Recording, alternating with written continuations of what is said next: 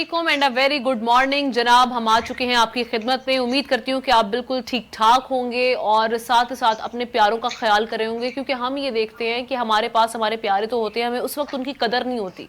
जब वो लोग हमसे दूर चले जाते हैं या वो हमसे बिछड़ जाते हैं तो अक्सर औकात हम उन लोगों की कदर उस वक्त करते हैं जब वो दूर चले गए होते हैं। तो ये बड़ा अलमी है, इसलिए कोशिश ये करें कि वो लोग जो आपके साथ बिल्कुल लॉयल हैं, जो आपके साथ वफादार हैं, जो आपके साथ बिल्कुल दियानतदारी के साथ चल रहे हैं, तो उनका बहुत ज़्यादा ख्याल रखें। दुनिया में बहुत ऐसे कम लोग हैं जो आपका सही मानों में आपसे मोहब्बत रखते हैं या आपकी इज्जत कर रहे होते हैं। बाकी तो हमें पता है कि बहुत सारे रिश्ते ऐसे हैं जो मफाद के रिश्ते होते हैं।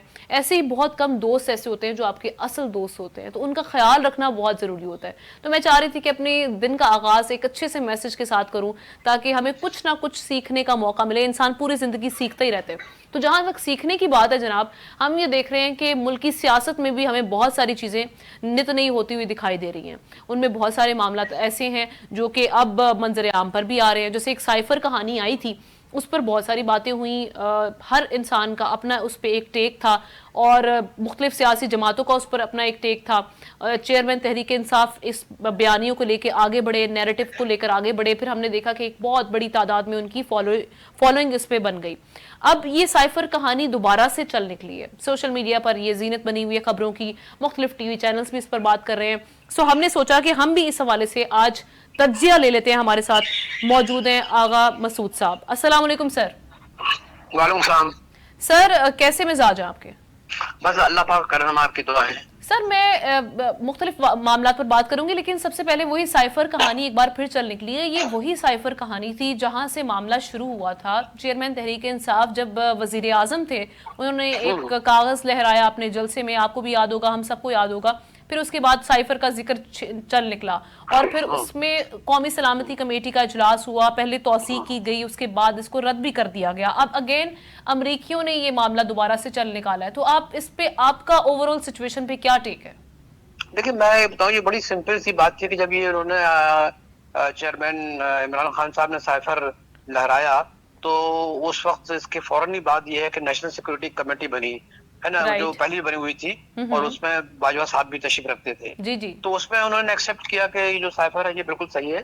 और डोलन ल्यू ने जो बात की है, और जो हमारे एम्बेसडर ने जो बाद में उसको फॉरेन ऑफिस और इनको भेजा, तो बिल्कुल सही था। मतलब ये कि वो साइफर जो उन्होंने लहराया था वो गलत नहीं था, और उस पर तो मतलब ये कि इन्होंने बाद में उसको ट्विस्ट किया इन, मतलब ये कि जो मुस्लिम लीग नून है और जो पीडीएम थी ना, उसको ट्विस्ट किया, और उसको ट्विस्ट करने के बाद wanted to tell the people कि भाई इससे ये ऐसा नहीं था और साइफर में ऐसा नहीं लगा। झूठ है ये। सर पहले तो कहा गया कि साइफर आया ही नहीं, फिर बाद में कहा गया कि आया, तो उसमें कुछ ऐसे कोई कहा नहीं गया जो सिफारती, जो सख्त लैंग्वेज यूज की गई।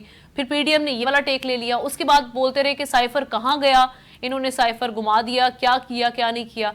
यानी पहले एक्सेप्टेंस नहीं थी, फिर एक्सेप्टेंस भी आ गई और अब यहाँ से एक नई चीज सामने आ रही है।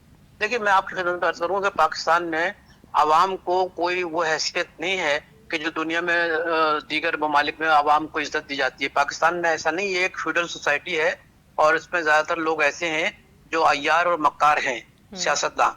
तो वो चाहते हैं कि किसी तरीके से इक़्तिदार में रहें, धोखा दे के आवाम को, मतलब ये कि सब्ज बाग दिखा के। तो साइफर के सिलसिले में बड़ा साफ था। और फिर नेशनल सिक्योरिटी कमेटी ने, जो कि one of the best, one of the very strong committee जो अब भी मौजूद है, उसने क्यों एक्सेप्ट किया? अगर वो, तो आप पुराने अखबार उठा के देख लीजिए, कोई पुरानी बात नहीं है, 6-7 महीने के अखबार उठा के देख लीजिए, सब जगह ये लिखा हुआ है कि ये साइफर था और डोनाल्ड ल्यू ने ये बात कही थी। और फिर हमारे एम्बेसडर ने वो सारी चीजें जो थी, उसने जो भी गुफ्तगू की थी, वो फॉरेन ऑफिस में भेजी, और उस पर फिर इमरान खान साहब को मिल। लेकिन अमरीकी नुमाइंदे जो आज बात करें, उन्होंने तो ये कहा कि भाई, उन्होंने अगेन फिर यही बात की है कि अमेरिका इस साजिश में मुलव्वस नहीं था। ये तो एक सहाफी की जानिब से, अमरीकी सहाफी की जानिब से ये दावा किया जा रहा है। देखिए, अमेरिका क्यों अपने आप को मतलब लेके इन्वॉल्व करेगा पाकिस्तान को? अमेरिका, लेकिन अमेरिका के आज की जो खबर है, उसमें अमेरिका ने कहा कि we are concern to what's happening in Pakistan. तो कंसर्न क्या चीज होती है? कंसर्न में जैसे मैं कहूँ कि मुझे बड़ी तशवीश है कि कराची में अभी तक लोगों को पानी क्यों नहीं मिल रहा, बिजली क्यों नहीं मिल रही। तो ये जो तशवीश, जो कंसर्न है, उससे इंसान का जहन मतलब इस बात को साबित करता है कि कुछ ना कुछ गड़बड़ जरूर है। तो ये कंसर्न तो है, अमेरिकन साथ they are very much concern. और उनके बाकायदा उनके जो सेनेटर्स हैं वो तो इनके हिमायत में बाकायदा बयान भी दे रहे हैं।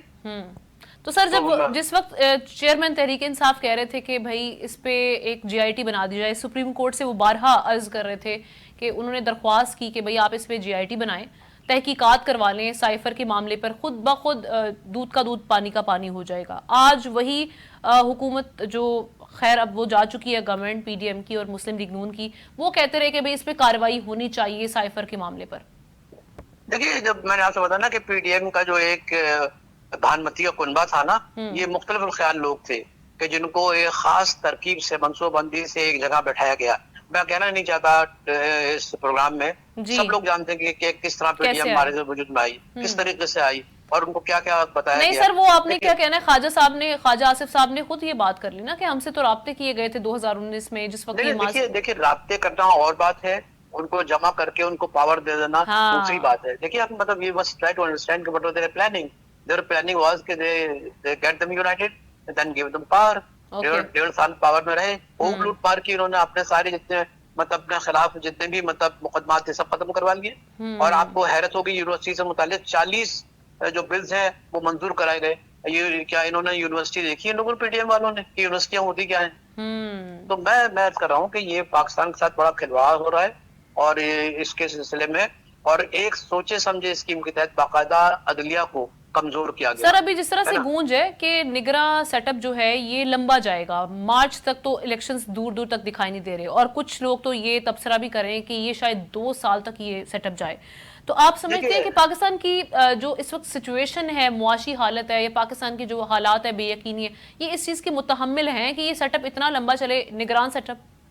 नहीं, मेरा ख्याल है लोग इसको एक्सेप्ट नहीं करेंगे क्योंकि देखिए लोगों में अब भी मतलब बहुत ज्यादा परेशानी है और अगर आप किसी से मिलें तो उनको मालूम होगा कि किस किस्म का उनका इस्तेहसाल हो रहा है। एक तरफ तो महंगाई है, दूसरी तरफ ये है कि उनको ना गैस मिल रही है ना उनको बिजली मिल रही है, फिर दूसरी बात ये है कि लोगों को रोजगार नहीं मिल रहा, फिर बड़े बड़े जो इदारे हैं जहाँ से रोजगार मिलता है वो इदारे जो है बंद हो रहे हैं। तो ये सिर्फ अखबारी मतलब गुफ्तगू है कि हम ये कर देंगे और हम आएंगे तो निगरान हुकूमत ये कर, लेकिन निगरान हुकूमत जो होती है उसका एक ही काम होता है कि वो फेयर इलेक्शन कराए, ठीक है, और वो इलेक्शन कमीशन के साथ मिलके, और वो किसी की पॉलिटिकल पार्टी की हिमायती नहीं होती। लेकिन अगर ये अपने हिमायतियों को लेकर आएंगे तो मेरा ख्याल है क्या फायदा है, इससे बेहतर है कि इसको कंटिन्यू करें। क्या फायदा, मतलब ये कि if they are interested actually to bring those people into power who are there friends, वो उनके अपने दोस्त हैं, तो फिर इसी को कंटिन्यू करें। मुझे तो इस पर तो कोई एतराज नहीं, क्योंकि उसकी वजह ये है कि अगर बेईमानी इस हद तक बढ़ गई है कि आप लोगों को उनके हुकूक देने को तैयार नहीं है, आप आइन को फॉलो करने को तैयार नहीं है और आप आइन के तहत लोगों के जो हुकूक हैं उससे आप तजावुज कर रहे हैं, बल्कि दे नहीं रहे, तो फिर आप कंटिन्यू करें। क्या मेरा ख्याल है हम लोग तो क्योंकि तज्जिया कर सकते हैं, हमारे पास कोई एग्जीक्यूटिव पावर तो नहीं होती, सही एग्जीक्यूटिव पावर तो किसी और के पास होती है। तो लेकिन ये है कि मुझे अफसोस है और मैं आपके तबस्सुस से बात कर रहा हूँ, पूरी दुनिया में पाकिस्तान बदनाम हो रहा है। इनको कोई बदनामी का ख्याल नहीं है, ये बहुत ढीठ हो गए हैं ये लोग। इनको चाहिए जो ये हमारे सियासतदान हैं कि ये तौबा अल्लाह से करें। लेकिन शहबाज शरीफ साहब तो जाते जाते ये कह कर गए हैं कि मुल्क बिल्कुल डिफॉल्ट की तरफ जा रहा था, हमने आके 16 माह में दिन रात एक करके जिस तरह से मुल्क की हालत को बेहतर किया है, वो बड़े कॉन्फिडेंट दिखाई दे रहे हैं। आप समझते हैं कि इनके पास कोई कारकर्दगी दिखाने के लिए अगले इलेक्शंस में जाने के लिए आप समझते हैं कोई पॉइंट है? क्या कॉन्फिडेंस है? क्या महंगाई खत्म हुई? क्या अभी मैंने आपसे जो कहा रोजगार मिल रहा है लोगों को? क्यों 9 लाख बच्चे जो है वो पाकिस्तान छोड़ के चले गए? ये झूठे लोग हैं, इनका कोई दीन ईमान नहीं है, ये सिर्फ लोगों को धोखा देते हैं। देखिए पाकिस्तान में ये जो सरमायादार है और उनके जो दोस्त हैं जो सियासत में आते हैं, इनको अवाम की कोई परवाह नहीं है। अवाम पे क्या गुजर रही है आप आकर देखें। मैं सिर्फ कराची की बात कर रहा हूँ, कराची में चले जाइए, मजहबात में क्या लोगों के साथ है और क्या मतलब वहाँ क्या कोई डेवलपमेंट हो रहा है? थोड़ा बहुत डेवलपमेंट जो हो रहा है वो वर्ल्ड बैंक कर रहा है। बिल्कुल तो फिर ये सारी चीजें जो है इसको हमें सोचना चाहिए। लोग झूठे लोग हैं। बिल्कुल, लोगों की अब ये जो राय है वो तो इलेक्शंस में ही सामने आएगी। अल्लाह करे इंतखाबात हो जाएं बर वक्त। हमारी नहीं, तो बिल्कुल अगर नहीं होंगे तो प्रेशर आगा साहब, बिल्कुल आपने दुरुस्त फरमाया। बहुत शुक्रिया आपके वक्त का, आपने वक्त निकाला और अपना सियासी तज्जिया इस सारे मामला पर पेश किया। नाजरीन एक ब्रेक लेते हैं और ब्रेक के बाद फिर होंगे। एक बहुत ही अहम हमारे साथ गेस्ट होंगे। आज हम बात करने जा रहे हैं तालीमी निज़ाम पर। स्कूल्स में जो हम देखते हैं कि बहुत लैग पाया जाता है इस वक्त, बहुत कमी पाई जाती है। बहुत सारे पेरेंट्स ऐसे हैं जो शिकायत कुना नजर आते हैं कि भाई राइट एजुकेशन या क्वालिटी एजुकेशन हमारे बच्चे को मिल नहीं रही, लेकिन फीसों में दिन ब दिन इजाफा होता चला जा रहा है। Stay with us.